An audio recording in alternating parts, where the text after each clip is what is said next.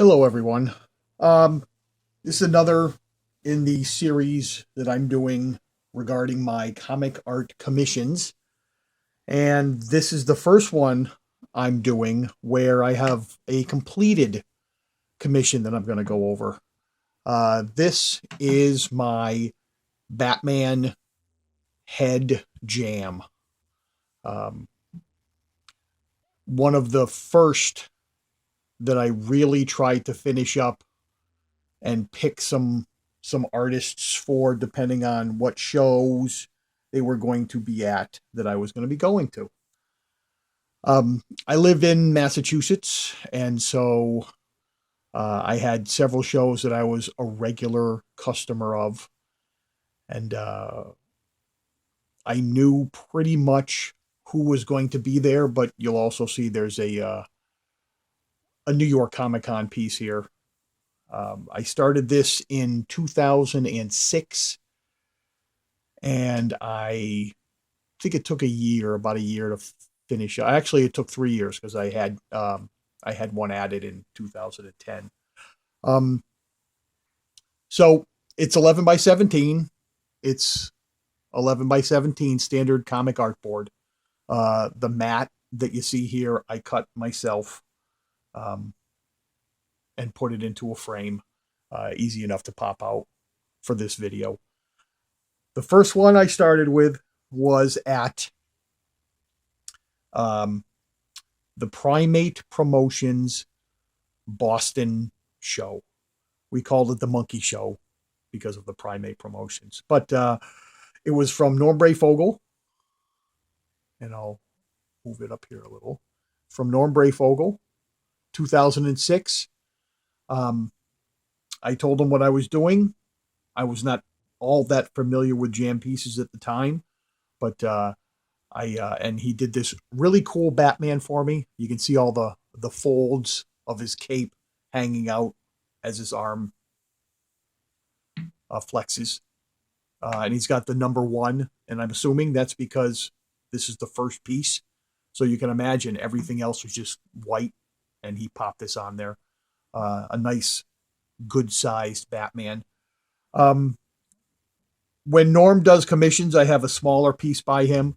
I on more than one occasion thought that it seems a little unfinished for some reason. I think the use of just the lines to designate all the things on the top, whereas then you get into the darker tones down here. Um, it's similar to the other piece that I have. I mean, there's no real shading on in the head and shoulder area. Um, that's his way when I've seen commissions done. Uh, but that's okay. I'm not complaining about it. I think it's a cool looking Batman, um, and so you're not going to hear a peep out of me regarding that. And then the next one I did was way up at the top left, which is right here, and it was done by an artist named Warren Martinek.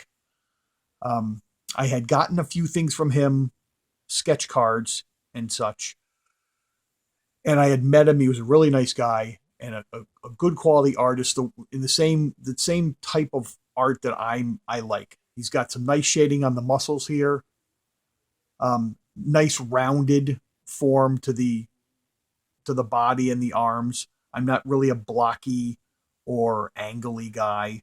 I prefer my comic art more realistic. I like the shading on the head, and I love the expression on Batman. Um, Let me see if I can get this a little closer. Now that you've seen the whole thing, I'll move it around to each piece. And I was very happy with how this came out, and I also thought it would be a good way for other artists to get an idea of what I was looking for. I'm not ragging on Norm's piece by any means, but the Warren Martinek piece to me was actually a little more than what I was looking for. I would have been happy with something maybe like this, but he gave me a nice piece and a nice size and everything. I saw Norm at a Connecticut show that was also a Primate Promotion show but it was a much smaller one. They used to have several in the area, and the owner would pop them in here and there in these basically in the small hotels, and he'd do 3 or 4 a year, and a couple of them were Boston shows. And so after that, I went to a Big Apple show, which if you ever go to my site, thespiderfiles.com, and look at all my commissions that I have there, you'll see that so many of them were gotten at the Big Apple shows. So I went there to see Paul Gulacy because I hadn't seen him before, and that was really cool. And I brought this with me, and I said, "Hey, I'm hoping you can add to my Batman jam here." And his handler, who I can't remember the guy's name, but he seemed a little snotty, but not a bad guy. He said, "Hey, that's not really that fair," because he goes, "You already got one on there that's really good, and so he's going to want to do something that's similar." And all I could think of was, he doesn't have to do anything he doesn't want to do. But if he wants to do something that is on par with what I have there, by all means, have at it.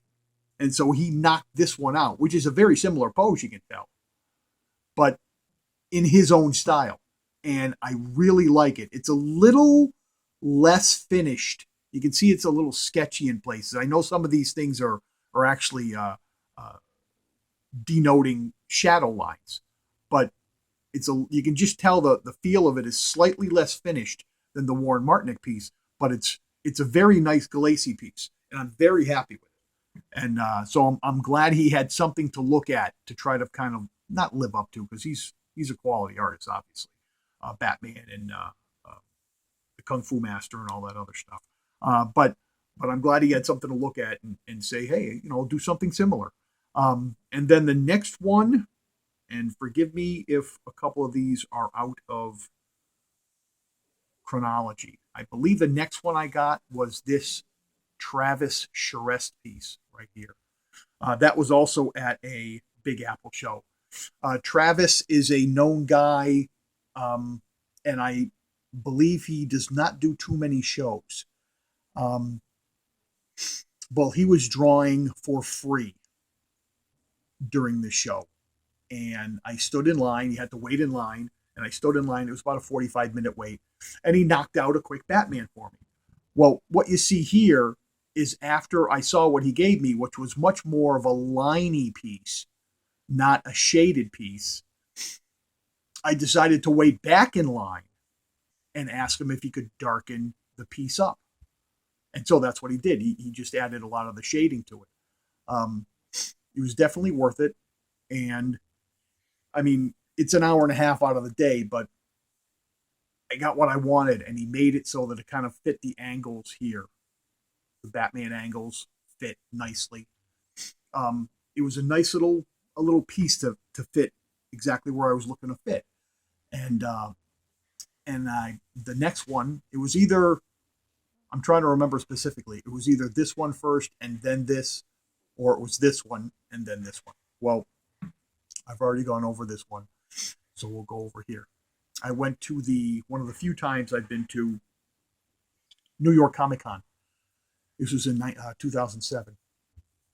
And I was walking around trying to find somebody to add to it, and I came across Joe Staton, who's an old-time artist. Anybody who's read comic books has probably read something drawn by Joe Staton. Older guy, nicer guy, and I asked him to do a Batman for me. He said, sure. And he gave me the price, and I said, okay, no problem. So I came back later, and I picked it up, and I didn't quite know what to make of it because it was so out of sync with the rest of it. It's much more of an older style, cartoony Batman.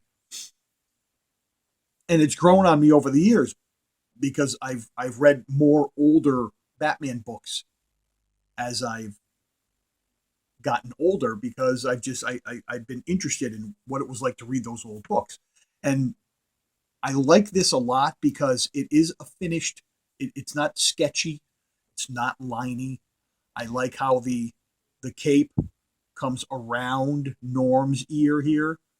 So it's kind of like little depth going on. He's got the bat signal, or the bat symbol, which is really good.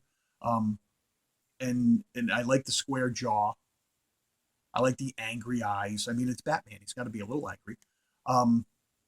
And I'm really happy with it. I think it looks a little out of place, but it's a jam piece by different artists offering different styles. I mean, because it's out of place, it fits. So that's what I had, all these outside pieces. And as I was looking at this, and I kept looking at it and kept looking at it and kept looking at it over a couple of years, I said, there really does seem to be a hole in the middle because this wasn't here. And so a friend of mine, we're going down to Baltimore, to the Baltimore Comic Con, which is a great show if you ever get a chance to go. And I wanted to find somebody to fill in that piece. And so I saw J.G. Jones was there. And I know him from Y, The Last Man. That's where I know him from. I know he's done plenty of other things. He's done a lot of the New 52 covers, but I wasn't reading that anyway. But this is 2010. This is long before that. And so I asked him, I went up to him and I asked him if he could fit a nice Batman head in this area. And he said, sure. You know, we agreed on a price, and I left the piece there, and he just kind of put me on the list. And so, unbeknownst to me, I guess his style is he will take a list and then pick off the list the things that he finds interesting to draw. It's not just because you're number one, you're going to get a spot. He may not like what you want. It may not kind of be in his mood that day. And it might not get done. So I'm walking around the show, and the friend of mine that was going with me there, he came up to me and he said, hey, J.G. Jones is working on your Batman. I think you're really going to like it. I'm like, cool. So I know at least it was going to get done. And I went back. I usually give him, plenty of time to do it. I don't want to go snooping over the guy's shoulder. So I went and grabbed it, and I looked at it. I'm like, I love the gray tones. I'm really into the gray tones these days. So I love the gray tones, and I was looking at it. And it is the most realistic piece on here because it almost looks like a drawn portrait. I mean, the expression on his face, the depth in his eyes. I mean, you can almost feel the anger, the angst, the pressure, everything in that small little piece. And he also did that. He fit around Norm's Batman ear here. And I thought that was cool. Little things that, you get to look over and pick out things here and there. And I know this is going longer than I intended it to be, but there's one of the reasons I get these things is because I get to remember all the things that happened along the way. Each jam piece is a journey in itself. So I'm going to wrap this up. This is my Batman headshot jam piece. The first one I've posted that was finished. And I hope you enjoyed the video. And I hope you watch the other ones I'm going to have. And you can always go to my website, www.thespiderfiles.com, if you want to see more of my comic art commissions. Thank you for watching, and have a good day.